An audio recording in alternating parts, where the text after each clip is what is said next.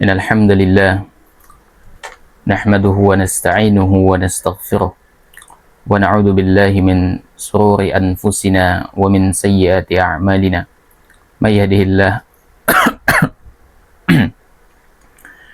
فلا مضل له ومن يضلل فلا هادي له أشهد أن لا إله إلا الله ولا شريك له وأشهد أن محمدا عبده ورسوله اللهم صل وسلم وبارك على محمد وعلى آله وصحبه أجمعين اللهم علمنا ما ينفعنا وانفعنا بما علمتنا وزدنا علما رب اشرح لي صدري ويسر لي أمري wahlul 'uqdatam min lisani yafqahu qawli. Alhamdulillahirabbil alamin.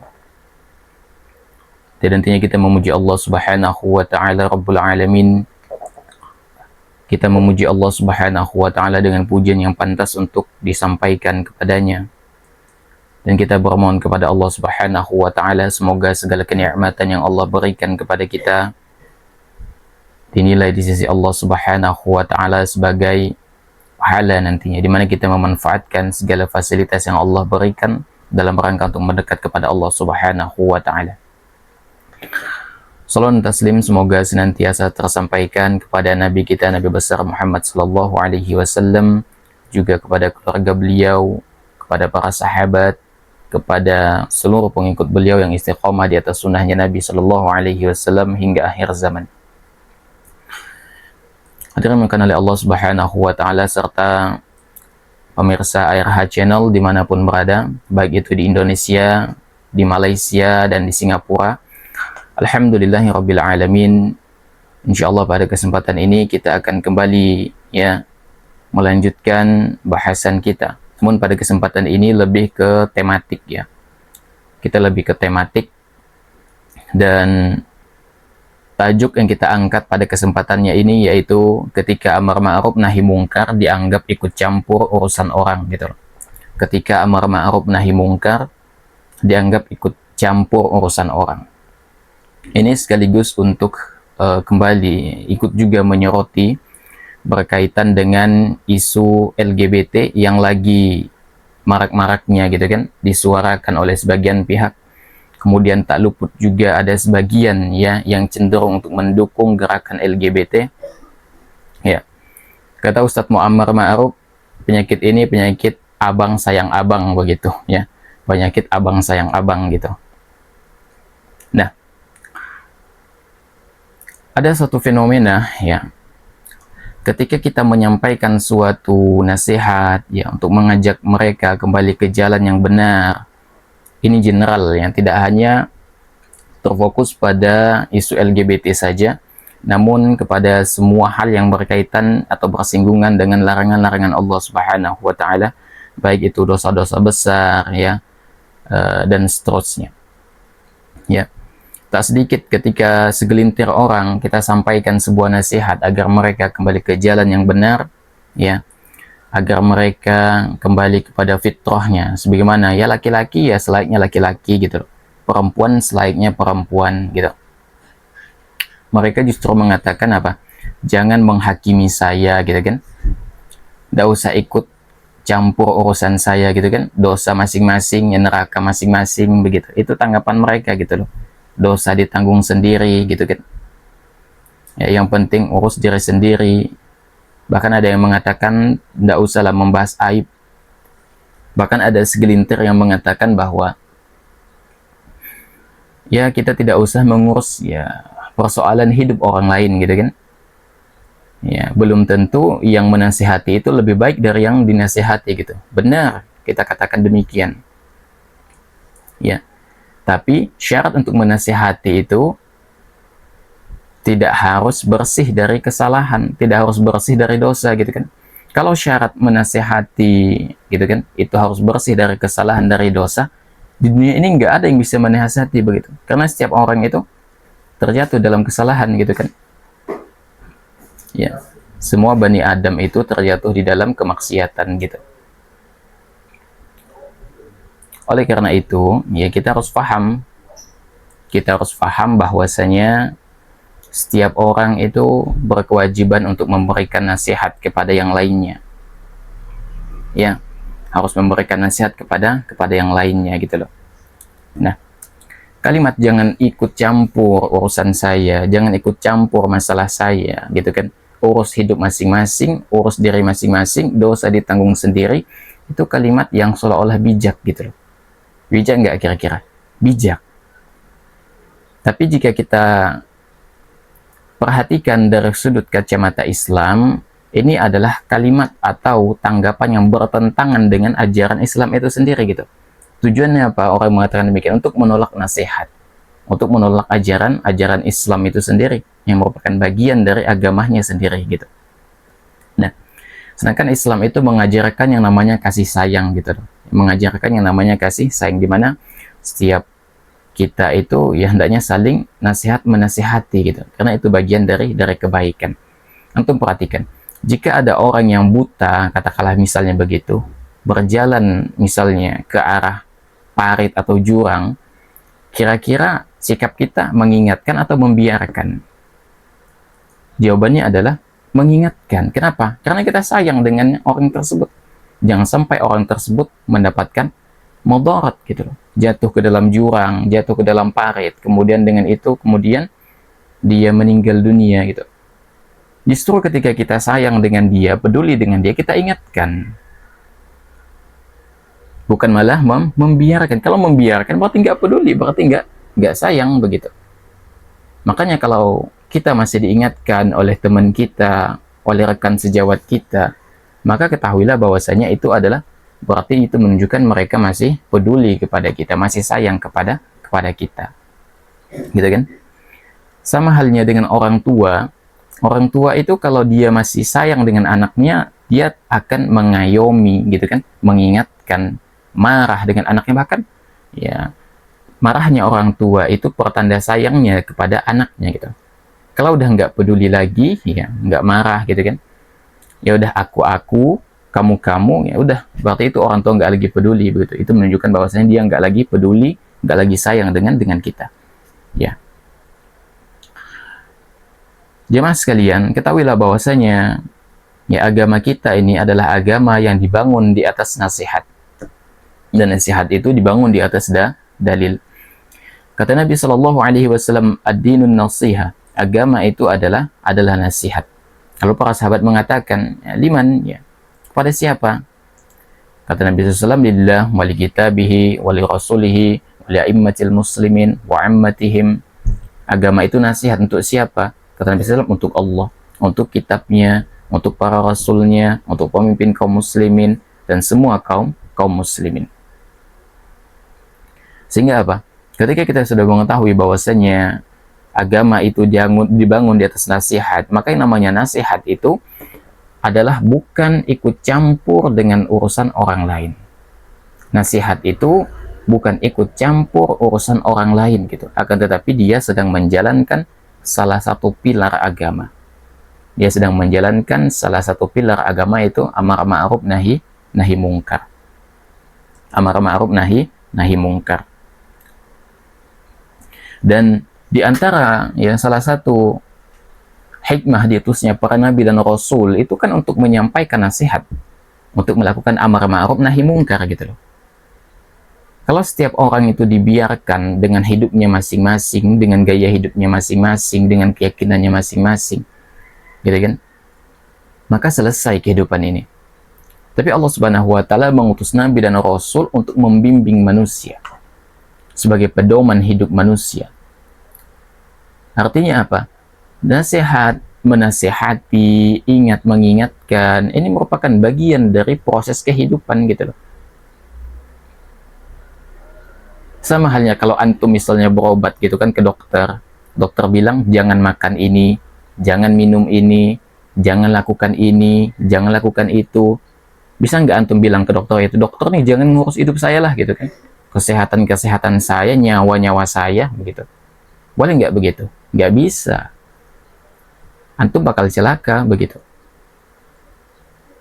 Ya, dalam perkara dunia saja kita perlu nasihat orang lain, pasien kepada dokter gitu. Maka dalam perkara agama juga demikian.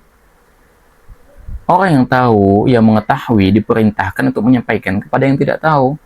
Orang yang ingat diperintahkan untuk menyampaikan kepada yang lupa. Balighu anni walau ayat, sampaikan kepadaku, sampaikan dariku walaupun satu ayat gitu. Jadi itu adalah perintah Nabi alaihi salatu wassalam, dan merupakan di antara pilar yang sangat penting sekali dalam syariat kita.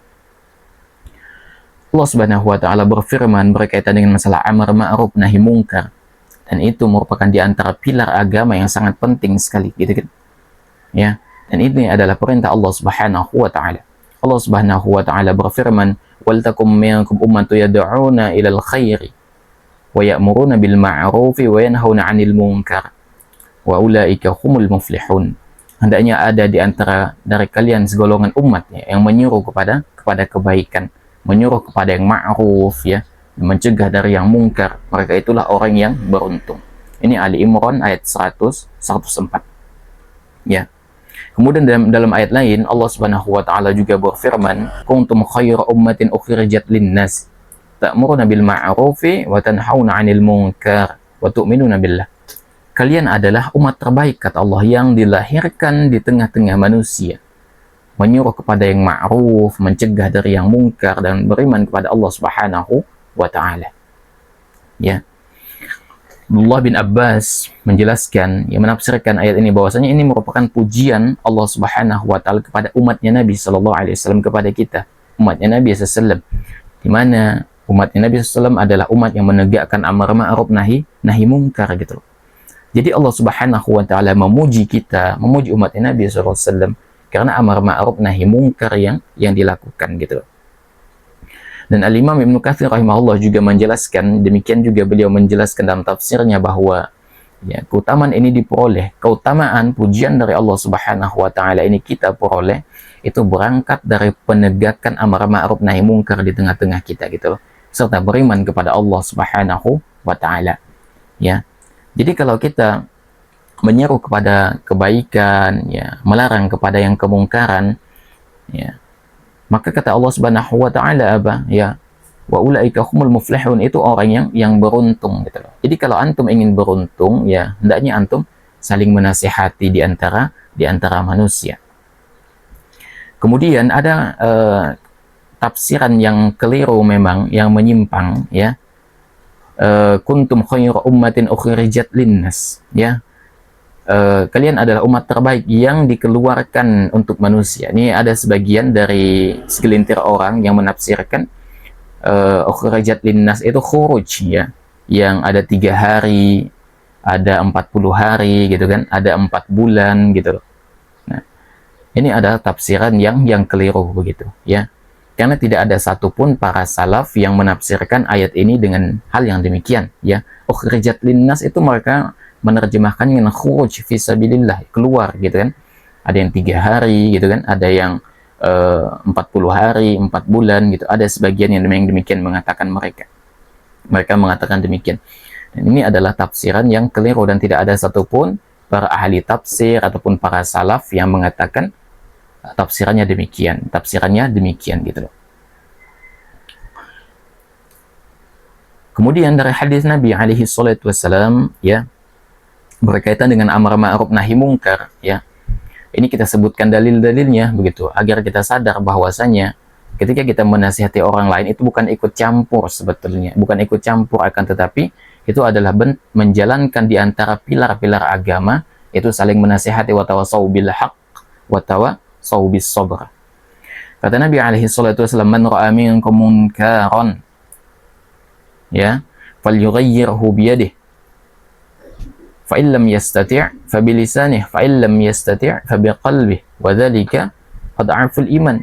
Kata Nabi SAW, siapa yang melihat kemungkaran ya, maka hendaknya dia falyughayyirhu biyadihi, hendaknya dia apa? Menahannya dengan tangannya gitu, dengan tangannya. Fa illam yastati' fa bilisanihi, kalau enggak mampu dengan lisan, dengan nasihat. Fa illam yastati' fa biqalbihi, kalau enggak mampu juga dengan hatinya. Ya, wadzalika ataful iman, itu adalah selemah-lemahnya iman, kata Nabi SAW. Jadi yang namanya amar ma'ruf nahi mungkar itu ada juga tingkatan-tingkatannya. Tingkatan yang paling atas, paling tinggi itu langsung kita dengan tangan kita gitu, mengubah. Biasanya ini adalah para pemimpin, para umara gitu. Misalnya ada tempat prostitusi ditutup gitu loh, gitu kan. Dengan kebijakan-kebijakan, kemudian penjualan miras tidak boleh secara terbuka gitu, itu kan kebijakan dari pemimpin gitu. Nggak bisa misalnya dari segelintir orang, nggak bisa, itu harus langsung dari pucuk pimpinan, dari umara begitu. Kemudian dengan lisan, menasihati dengan lisan gitu loh. Dan ini biasanya umumnya semua orang bisa gitu loh, umumnya gitu loh, ya, semua orang bisa, ya. Orang tua kepada anaknya, seorang da'i ustadz kepada jamaahnya begitu. Fa'ilam yastati fabiqalbi, kalau kita nggak mampu juga nasihat karena nggak enak misalnya, yang maksiat itu atasan kita gitu kan. Kan memang sebagian orang itu mereka mampu menasihati orang yang berada di bawah mereka, tapi nggak mampu menasihati orang yang berada di atas mereka. Seorang karyawan menasihati pemimpin itu kan berat, itu berat, ya, itu berat. Maka kata Nabi SAW, diingkari dengan hati gitu. Tapi itu adalah selemah-lemahnya iman. Itu menunjukkan bahwasanya yang namanya amar ma'ruf nahi mungkar pun ada tingkatannya. Nabi SAW mengatakan fal yughayyirhu, hendaklah dia mengubahnya, mengintervensinya. Ini menunjukkan bahwasanya ketika kita melihat kemungkaran, hendaknya ada andil di situ kita di dalam menangkal kemungkaran tersebut, untuk mencegah kemungkaran tersebut. Bukan Nabi mengatakan itu dosa dia, ini biarkan saja, enggak. Tapi kata Nabi SAW, fal yughayyirhu, hendaknya kita mengubahnya gitu, semampu kita berdasarkan tingkat kemampuan kita. Ini menunjukkan bahwasanya kita itu harus ikut campur ketika seseorang itu terjatuh di dalam kerusakan, ya. Dan ketahuilah, bagi orang yang dinasihati ada sebuah ucapan yang dibenci oleh Allah Subhanahu wa taala. Ada sebuah ucapan yang dibenci oleh Allah Subhanahu wa taala. Kata Nabi alaihi salatu wasalam, ya, inna abghadal kalami ila Allah an yaqula rajulu lirajuli ittaqillah fayaqul alayka binafsik. Kata Nabi alaihi salatu wasalam, di antara ucapan yang paling dibenci oleh Allah Subhanahu wa taala ketika ada seseorang yang berkata kepada saudaranya, ketika ada seseorang menasihati saudaranya, ia mengatakan ittaqillah, bertakwa kepada Allah. Justru dia menanggapi apa? Alaika binafsik, urus saja dirimu sendiri begitu. Nggak usah urus urusan saya. Kamu urus urusan kamu, saya urus urusan saya. Dosa-dosa kamu, dosa-dosa saya. Yang masuk neraka saya, bukan kamu begitu. Dan ini adalah di antara fenomena yang memang banyak terjadi, baik di zaman dulu apalagi di zaman sekarang. Ketika kita mengingatkan perilakunya itu menyimpang, perilakunya itu keliru, perilakunya itu tidak sesuai dengan fitrahnya manusia, dia mengatakan, alah, urus dosa kan masing-masing, nggak usahlah urus dosa orang lain gitu. Kita bukan mengurus dosa orang lain gitu, akan tetapi kita sedang menjalankan pilar-pilar agama. Itu untuk saling menasehati di antara kita. Antum bayangkan, jika semua orang diam terhadap kemaksiatan, itu bahaya sekali. Bahaya. Kenapa? Karena bisa jadi azab Allah itu turun pada suatu kaum. Dan ketika azab Allah itu turun, dia tidak melihat apakah dia ahli maksiat, apakah dia orang soleh, semuanya kena. Cuman bedanya, bagi pelaku kemaksiatan orang fasik, bencana katakanlah seperti itu adalah azab bagi mereka. Akan tetapi bagi orang yang beriman, itu adalah ujian dari Allah Subhanahu wa taala. Itu adalah ujian dari Allah Subhanahu wa taala. Ya. Nah, mereka itu, ya, orang-orang yang cenderung kepada LGBT itu, ya, mereka mengatakan bahwasanya, ya, mereka itu melakukan hal yang penyimpangan demikian, itu adalah takdir Allah Subhanahu wa taala. Mereka mengatakan, bagaimana kami bisa terhindar dari itu sudah ditakdirkan oleh Allah Subhanahu wa taala. Mereka mengatakan demikian. Ya, orientasi seksual menyimpang itu mereka katakan sebagai apa? Sebagai takdir Allah Subhanahu wa taala. Pertama, kita lihat dari sebagai sebuah perbuatan, ya, semua perbuatan Allah Subhanahu wa taala menciptakannya. Inna kulla syai'in khalaqnahu biqadarin.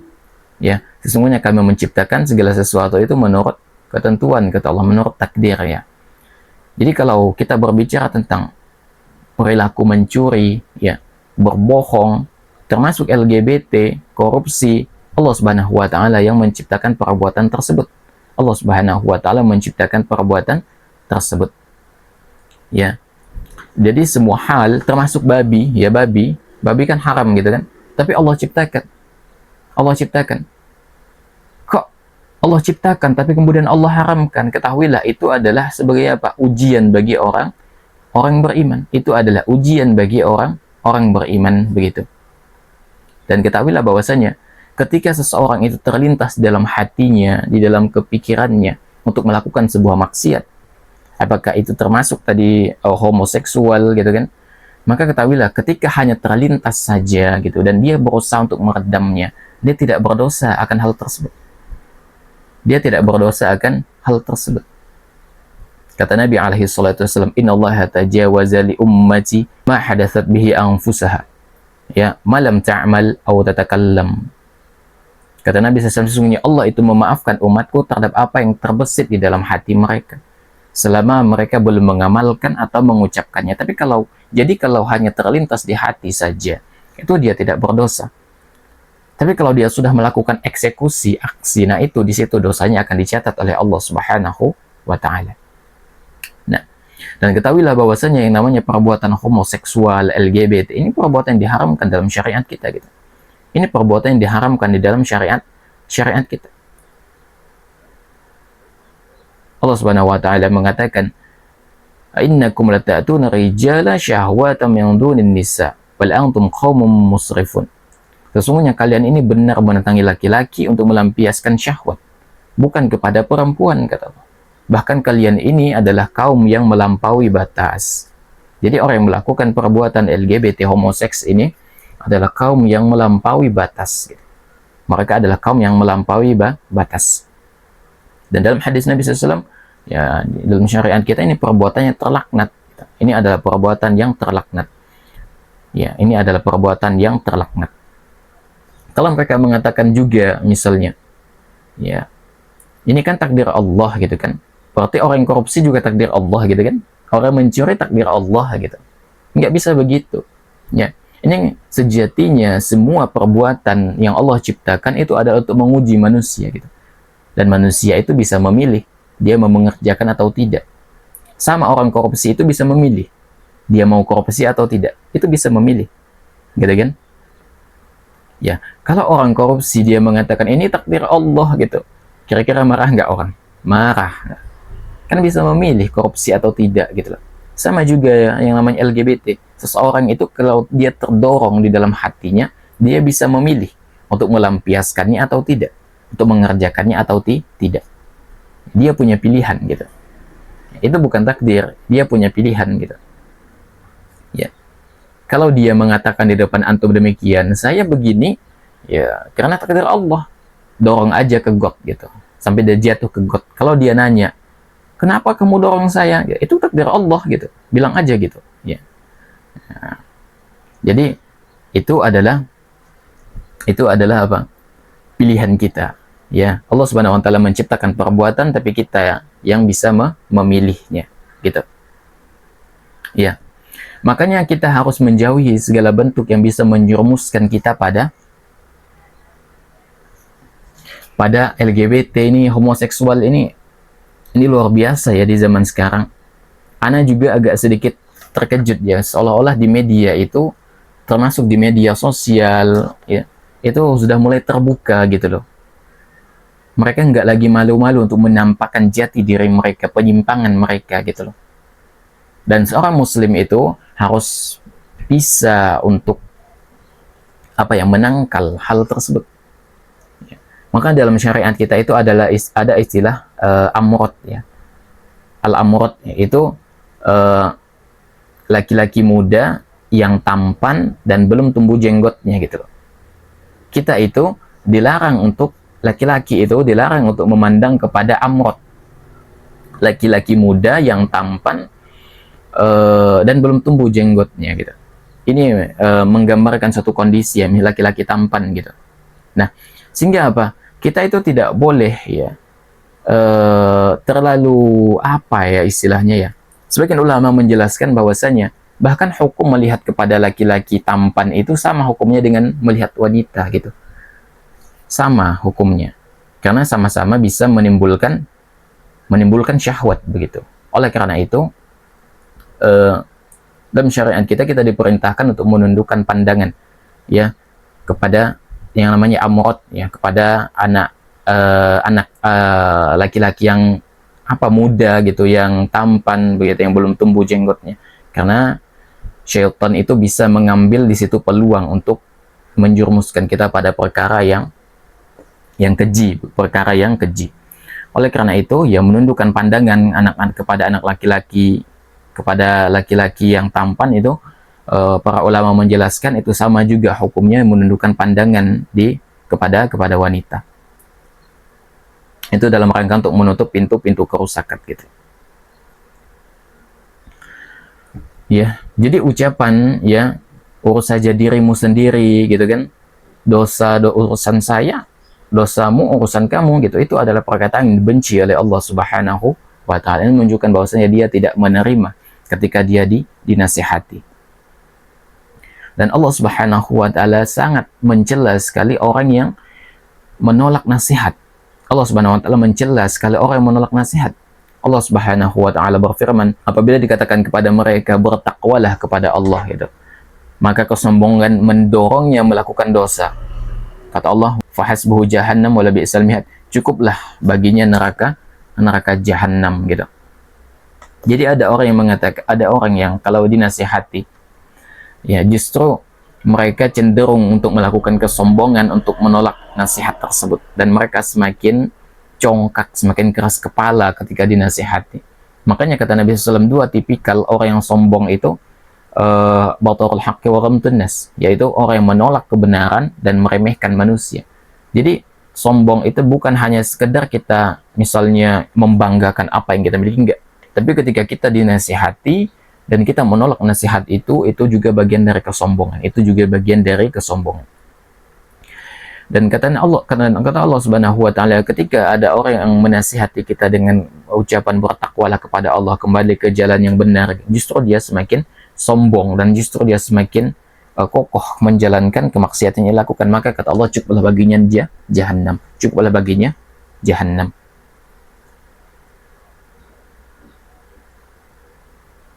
Ya. Jemaah yang mengenali Allah Subhanahu wa taala, jadi yang namanya nasihat ya, saling mengingatkan itu bukan ikut campur. Bukan ikut campur, bukan sama sekali, ya. Akan tetapi itu adalah bentuk kasih sayang Allah, kasih sayang kita kepada sesama muslim. Itu adalah bentuk kasih sayang kita sesama muslim. Jadi memang kalau kita melihat kemungkaran, kita cegah gitu. Kita ingatkan orang tersebut, jangan sampai dia melakukan hal yang demikian. Diterima, alhamdulillah. Kalau ditolak, itu urusan dia dengan Allah Subhanahu wa ta'ala. Kemudian, ya, ketika kita menasihati orang, ya, apakah katakanlah di forum, di atas mimbar gitu, itu harus menasihati secara umum. Tidak boleh kita menyebut secara personal begitu. Ya, kalau menyebut secara personal itu berat konsekuensinya, kan, tetapi kalau menasihati secara umum itu adalah merupakan sebuah keharusan. Karena kita khawatir kalau kita menasihati dengan menyebut merek, itu nanti akan bisa membuka aib, menyebarkan aib manusia, gitu kan? Sedangkan kata Nabi SAW, "Man satara musliman satarahullahu fid dunya wal akhirah." Siapa yang menutup aib seorang muslim, Allah akan menutup aibnya.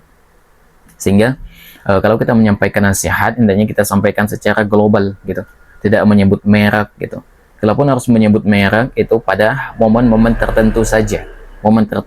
Misal di pengadilan gitu, ketika bertanya kepada ulama gitu, itu pun ya tidak secara bebas, akan tetapi tetap terbatas, ya. Jadi ya kita tetap ya dilarang untuk menyebarkan aib manusia. Akan tetapi bukan berarti kita membiarkan kemungkaran. Nasihat tetap jalan gitu kan, tapi tetap kita menutup aib manusia. Bukan berarti kita enggan untuk menasihati, akan tetapi tetap harus menasihati. Dan yang terlarang bagi kita itu adalah tajassus. Yang terlarang bagi kita ini adalah tajassus, gitu kan. Bukan menarang nasihat. Allah SWT mengatakan, wala tajassasu. Jangan kalian mencari-cari kesalahan orang lain, gitu. Ya, mencari-cari. Karena dua tipikal orang bermaksiat itu ada dua tipikalnya, gitu. Ada bermaksiat ketika sendirian, ada yang terang-terangan bermaksiat. Gitu kan? Kadangkala yang tersinggung itu adalah orang yang bermaksiatnya terang-terangan, termasuk orang yang perilaku LGBT itu. Mereka kan sudah open gitu, apa ya, menunjukkan, mempublikkan perilaku mereka. Ketika dinasihati juga di depan publik, ya, mereka tersinggung loh kan. Mereka tersinggung, mereka merasa disindir gitu. Akhirnya mereka apa? Janganlah mencari-cari kesalahan orang, janganlah membuka aib orang. Kita nggak buka aib mereka. Mereka sendiri yang buka kesalahan mereka. Karena mereka terang-terangan melakukan kemungkaran. Mereka terang-terangan melakukan kemungkaran. Gitu kan? Yang kamu lihat di media itu. Bahkan ada beberapa media, beberapa ormas yang terang-terangan mendukung gerakan LGBT ini. Anda nggak tahu juga itu biayanya dari mana. Gitu. Tapi intinya kita harus waspada dari media, dari ormas-ormas tersebut. Ya. Jamaah dimuliakan oleh Allah Subhanahu wa taala. Jadi, ya. Kalau orang itu sudah terang-terangan melakukan kemaksiatan, bahkan diposting di media sosial, ya, dipublikkan, kemudian ketika ada yang menyampaikan nasihat, mereka pasti akan kebakaran jenggot. Mereka pasti akan kebakaran jenggot dan akan berusaha mencari pembenaran, Mereka mengatakan bahwasanya penyimpangan LGBT ini bukan bagian dari, ini bukan penyakit gitu. Ini bukan penyakit. Ini merupakan keberagaman. Mereka menyebutnya istilah keberagaman. Kita katakan itu penyimpangan dan itu penyakit. Kenapa demikian? Ya, menyimpanglah dari fitrah manusia. Allah menciptakan laki-laki untuk perempuan, perempuan untuk laki-laki, bukan laki-laki untuk laki-laki, perempuan untuk perempuan, bukan. Ini kan sudah keluar dari fitrahnya manusia. Bahkan sebagian para ulama menyebutkan bahwasanya dosa daripada homoseksual ini lebih besar dari dosa zina. Ini lebih besar dari dosa zina. Kenapa demikian? Zina kan meskipun dosa sesuai dengan fitrahnya manusia. Tapi kalau homoseksual nggak sesuai dengan fitrahnya manusia. Sehingga dosanya itu lebih besar. Karena selain dia melakukan kemaksiatan, dia melakukan sesuatu yang di luar dari fitrahnya. Gitu kan? Ya. Sehingga kita harus berhati-hati dengan hal yang demikian. Ya. Kita katakan juga ya LGBT itu ya penyakit. Ya memang penyakit gitu kan. Orang yang melakukannya juga ya nanti akan kena penyakit gitu loh. Ya. Bahkan menurut data dari lembaga-lembaga kesehatan gitu kan. Di atas 50% yang menderita HIV itu adalah orang yang melakukan ya homoseksual itu. Mereka yang cenderung lebih banyak ya. Mereka cenderung lebih banyak. Karena apa? Karena secara medis kalau Anda keliru nanti tolong dikoreksi ya. Karena secara medis memang ketika dia melakukan hubungan melalui jalur belakang itu itu kan di situ akan ada peluang terjadi penyebaran yang namanya virus gitu kan. Di situ bukan tempatnya, sebenarnya bukan tempat untuk melakukan hubungan biologis, bukan. Di situ itu banyak jaringan-jaringan lunak usus gitu, pembuluh darah. Jadi kalau di situ ada gesekan, akan ada peluang luka mikro di situ. Nah, dari luka itulah nanti akan tertular penyakit menular begitu. Tertular penyakit yang menular gitu. Ya. Beda halnya dengan kalau dia berhubungan lewat yang normal gitu dengan perempuan gitu.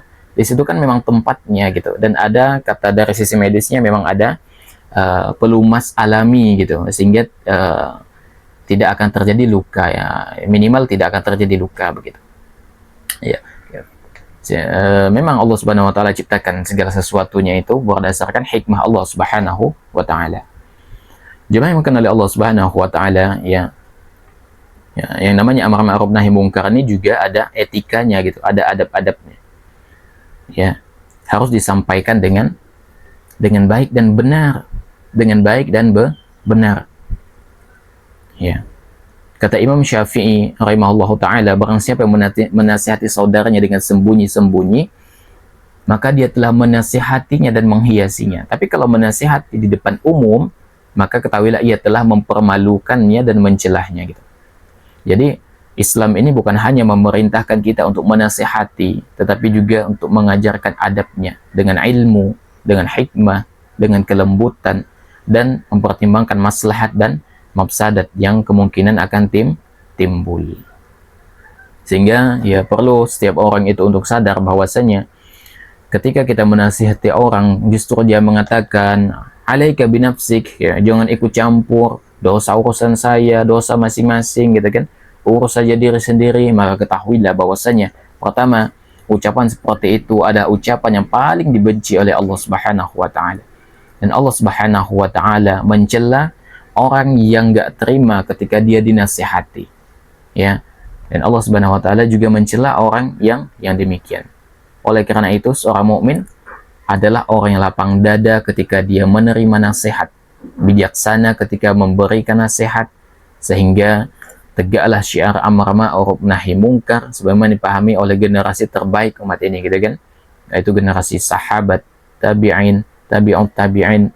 Dan semoga Allah Subhanahu wa taala menjadikan kita hamba termasuk orang-orang yang menasihati karenanya dan menerima nasihat dengan kerendahan hati.